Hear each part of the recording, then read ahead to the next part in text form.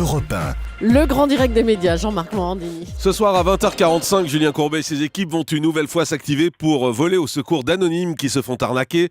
Une déclinaison plus longue de son émission sans aucun doute, diffusée normalement à 18h30 tous les jours. Un gros pari pour TMC qui ose donc programmer ce soir en prime time Julien Courbet. Julien Courbet, bonjour. Bonjour Jean-Marc. Merci beaucoup d'être avec nous sur Europe 1 donc pour parler de cet événement ce soir. Avant de parler du prime, un petit point peut-être sur la quotidienne avec des audiences qui vont entre 550 000 et 650 000 téléspectateurs. C'est dans les chiffres que vous espériez à ce moment-là de l'année ? Oui, tout à fait, puisque pour nous, ce que l'on espérait surtout, c'était être à 600 au mois de juin. Je pense qu'on pourrait être encore un petit peu plus haut au jour où je vous parle, mais il y a eu la coupure qui malheureusement a fait un petit peu de mal, puisque pendant 15 jours, le programme s'est arrêté pendant que les concurrents continuaient. C'était pendant Noël. Et juste avant la coupure, on était passé à 700, et c'est vrai qu'après, il faut un petit peu sortir les rames pour redémarrer, mais ça reste quand même très très positif, puisqu'on a démarré à 300, et je vous dis, on a déjà doublé. Donc on va essayer de maintenant doubler l'audience, qui est quand même énorme en 3 mois. Maintenant, ce qu'il faut, c'est stabiliser tout ça, parce qu'il ne faut pas être trop gourmand, et espérer que par la suite, effectivement, il y ait une petite montée encore. Et ça veut dire que jusqu'en juin, par exemple, vous ne ferez plus de coupure comme cela s'est fait pendant les fêtes ? Je pense, il faut demander à la direction. Je ne suis pas trop au courant de ce qui va se passer à Pâques ou en février, mais en tout cas, c'est une piste de réflexion que de se dire qu'il vaut mieux ne pas couper, parce que ça fait beaucoup de mal à un programme. Je vivais d'ailleurs la même chose avec France 2.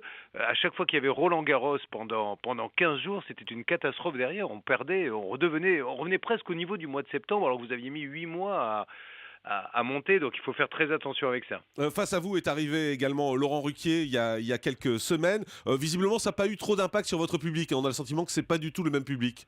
Je pense que de toute façon, Laurent va monter, ça j'en suis persuadé. Il va s'installer, il connaît par cœur le boulot. Puis vous voyez, le fait de démarrer après les autres, moi je l'ai payé au prix fort quand j'ai démarré au mois de quasiment au début octobre. Tout le monde avait 3 semaines d'avance, donc j'ai un petit peu eu du mal au départ. Donc ça va monter, c'est sûr. Mais de toute façon, même s'il monte et qu'il atteint ses objectifs de 3% de plus, c'est-à-dire qu'il monte à 13 par exemple, je pense que ça se dilue. Vous voyez, c'est pas comme si... Celle qui fait le plus de mal aujourd'hui, c'est Laurence Boccolini, qui elle prend carrément 1 million de plus que ce qu'il y avait. Donc ce million-là, c'est à coup de 50 000 à droite, 50 000 à gauche. Je pense que de toute façon, même si Laurent, et il les atteint ses objectifs, voilà, ça va être 20 000 par-ci, 20 000 par-là. Mais c'est vrai que je ne suis pas certain quand même que ça soit le même public. Ouais, il faut préciser que Laurence Boccolini est autour de 5 millions sur TF1, ce qui est assez hallucinant aujourd'hui. Alors ce soir, donc, c'est le prime à partir de 20h45. Qu'est-ce qui va changer par rapport à l'émission quotidienne qu'on a l'habitude de voir ? Le ton déjà, on est moins dans le talk-show d'accueil, on est plus dans une émission là qui se rapproche un peu du doc. Les cas, chaque cas va durer carrément 30 à 40 minutes. Les reportages qui au lieu de faire 3 minutes dans la quotidienne vont monter jusqu'à 18, 20 minutes dans le prime. C'est juste des moyens en plus d'investigation. Après, l'émission ne va pas être fondamentalement différente, sinon on ne l'appellerait pas de la même façon.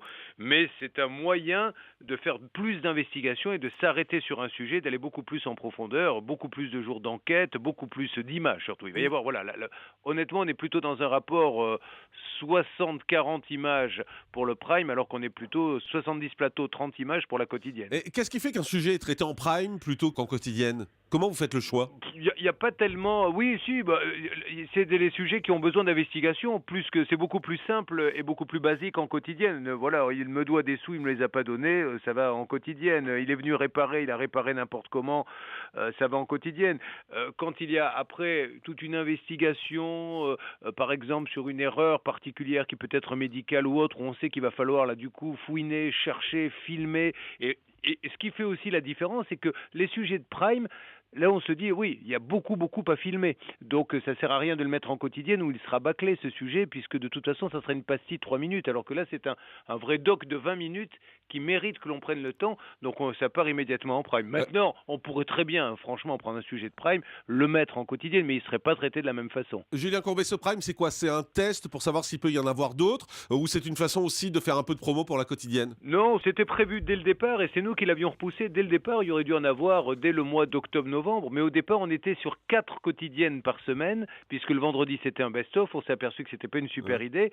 Donc, la chaîne nous a demandé de rajouter une 5e émission, ce qui en fait 4 par mois de plus. Et croyez-moi, en termes d'organisation, pour une émission comme ça, qui ne se fabrique pas comme un jeu, ça nous a demandé une organisation qui fait que je ne pouvais pas, et ça aurait été même dangereux de dire à la chaîne, je peux vous livrer un prime en octobre-novembre. Donc, il était prévu. Donc, on va en faire un. Par contre, voilà, il n'y a pas de série, il n'y a rien. On en fait un. Si ça marche, on se reparle, on se dit, bah tiens, effectivement, c'est un horaire adapté pour cette émission. Est-ce qu'on en refait un autre, 2 autres, 3 autres? Ça, j'en sais rien, mais on va laisser faire ce premier, quoi. Vous dites si ça marche, l'objectif c'est autour d'1 million ce soir Peut-être pas 1 million, parce que je vois pas pourquoi je ferais plus que les autres, mais effectivement, si c'est pour faire le même score que la quotidienne, ça n'a pas grand intérêt. Il faut être dans la moyenne de la case, qui se situe entre 700 et 900. J'ai regardé un petit peu, j'ai vu que les 30 histoires avait fait, je crois, 800. Voilà, on va essayer d'être là. Si on est au-dessus, inutile de vous dire que je serai le plus heureux si je suis au million. J'imagine. Vous avez envie de re-signer pour l'année prochaine, pour la quotidienne de Sans Aucun Doute? On avait Vincent Broussard, un patron de TMC, qui était avec nous il y a quelques jours et qui dit on va en discuter, mais pour moi, il n'y a pas de doute. Pour vous aussi, il n'y a pas de doute? Bah non, c'est quand même une belle année. Ça fait du bien de se sentir comme ça. Non, j'ai pas de problème particulier avec ça. Au contraire, je me sens très très bien sur cette chaîne. Donc vous avez envie de re-signer? Oui, tout à fait. Vous êtes producteur également de plusieurs émissions, dont Tous Ensemble, par exemple, sur TF1. On a vu récemment des critiques dans la presse de la part de 2 ou 3 familles qui étaient mécontentes de la façon dont les choses s'étaient passées. Je crois que ça vous a assez touché, ces critiques. Ça me touche parce que, alors peut-être qu'il y a un problème de communication, et je vais profiter de l'invitation d'Europe 1 ce matin pour rectifier, parce que si certains pensent que l'on se déplace, que l'on fait venir tous ces bénévoles pour leur faire un palais, comme si c'était une émission, vous savez, coucou, on vous fait une belle surprise ce soir. C'est pas du tout ça. Tous ensemble, c'est une émission où on sort des gens de la précarité, c'est-à-dire des gens qui vivent dans un mobil-home à 4, 5 dans une caravane parce que leur maison est une ruine. Et là, en 20 jours, on leur permet d'avoir du chauffage, d'avoir chacun sa chambre, de retrouver une intimité et une vie normale parce qu'ils étaient quasiment désocialisés. Et après, lire, alors heureusement, Jean-Marc, il faut quand même relativiser, 155 maisons et voilà, 2-3 personnes, mais qui viennent... Ouais. Mais si vous voulez, ce qui est hallucinant, c'est qu'il y en a un qui nous reproche de ne pas avoir une garantie sur la véranda que lui a offert un gentil commerçant qui a offert une véranda à 50 000 €. Et c'est monsieur Sigmund qui dit oui, il n'y a pas de garantie sur la véranda. Et la deuxième...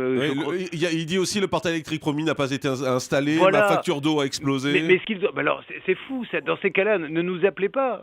Parce que, contrairement à ce que dit ce monsieur qui ment dans l'article, puisqu'il dit on est venu me chercher, c'est fou, il nous a envoyé 2 lettres. Une première lettre que nous a envoyée sa femme, nous suppliant de venir parce que l'état de santé de son mari se dégradait, et pensant qu'on n'allait pas venir, a fait envoyer une lettre à sa petite fille de 8 ans que je ne vous lirai pas parce qu'on arrivait à demander à sa fille d'écrire des choses pareilles pour faire venir à la télé.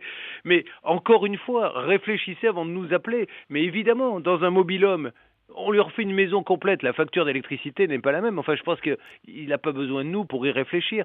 Donc, voilà. Il y a une famille aussi qui a dit, la famille Rémy d'ailleurs, dans un couple de Charente, qui a dit « J'ai des fuites sur le toit, les tuiles sont mal fixées, il y a de la moisissure dans la salle de bain, il y a une plaque de plâtre dans la baignoire qui est en train de se décomposer, il y a ma douche qui n'a marché qu'une semaine, il y a le portail d'entrée qui s'est envolé. » Ça fait film catastrophe. Alors, la famille Rémy m'a envoyé une lettre, il n'y a pas plus tard que la semaine dernière, que je pourrais vous faire passer, si vous voulez la mettre sur le blog, en disant « Tout ceci est faux. » Et la famille Rémy, je vais vous expliquer ce qui s'est passé, c'est qu'à peine la maison terminée, figurez-vous qu'il y a des proches de la famille Rémy qui sont venus les voir en leur disant « On va te racheter ta maison ». Mais ils lui ont proposé un prix ridicule. Donc, la personne, elle a dit « Non, mais je ne vais pas vous la vendre, je suis content de ma maison, je les ai fait venir, ils me l'ont refaite, elle est neuve. » Donc, du coup, c'est l'entourage qui a été voir la presse locale en leur disant « Vous devriez venir voir, la maison est pourrie. » Donc, ils sont venus, ils ont fait l'article. Donc, nous, on s'est déplacés, on a dit à ce monsieur, parce qu'il faut savoir que quand il y a un petit problème, les gens nous appellent et on y retourne. Ah, vous y retournez? Mais à chaque fois. Sur 150 maisons, on a dû retourner 90 fois. 90 fois, l'artisan vient. Oui, effectivement, madame, dans la précipitation, le chauffage a été mal fixé, je vous le refixe. À chaque fois. Mais là, aucun, bizarrement, ne nous a rappelé. Donc, on y retournait, nous, sans qu'ils nous appellent. Et là, on s'est aperçu qu'il y avait une tâche. Vous voyez, vous prenez un petit smartphone. C'est une tâche comme ça qui est au plafond. C'est tout. Il n'y a rien d'autre. Et donc, le monsieur m'a envoyé une lettre d'excuse par rapport à l'article et je vous la ferai passer. Donc, il faut quand même se méfier de tout ce qu'on écrit et qui n'a pas été vérifié. Ces gens-là, évidemment, quand ils ont fait les articles, ne m'ont pas appelé, donc j'aurais pu leur donner ma version des faits, mais je vous assure que tout va bien et qu'il y a 150 familles qui ont une maison. D'ailleurs, vous avez vu les commentaires, y compris sur votre blog, des gens qui ne comprennent pas. Vous vous rendez compte, vous n'avez rien, vous vous retrouvez avec une maison simplement parce que des gens sont venus travailler gratuitement, des bénévoles qui ferment leur entreprise pour venir se battre pour ces gens-là. Donc il faut laisser parler ces gens-là et garder que le côté positif. Les choses sont dites ce matin sur Europe 1. Dernière question, Julien Courbet, concernant la radio, concernant RTL. Est-ce que vous êtes candidat pour reprendre les grosses têtes de Philippe Bouvard, comme le bruit en a circulé? Écoutez-moi, on m'en a pas parlé en tout cas. Mais si on vous en parle? Si on m'en parle, j'écouterai la proposition. Mais je peux vous dire clairement que ici, mais vraiment, moi je suis tombé des nues quand j'ai vu ça. On ne m'en a jamais parlé. Ça n'a jamais été d'actualité. Mais ça vous intéresse ou pas, Julien? C'est une émission fantastique. Maintenant, reprendre cette marque, je suis pas certain à 100% qu'il faille reprendre la marque elle-même, mais c'est un créneau qui peut être super intéressant, évidemment. Maintenant, ça marche tellement bien aussi le matin que ce sera compliqué. Merci Julien Courbet d'avoir été avec nous sans aucun doute. 20h45 sur TMC. Il y a votre One Man Show également qui est à Paris, qui circule partout en France. Merci d'avoir été avec nous ce matin sur Europe. Le grand direct des médias, Jean-Marc Morandini.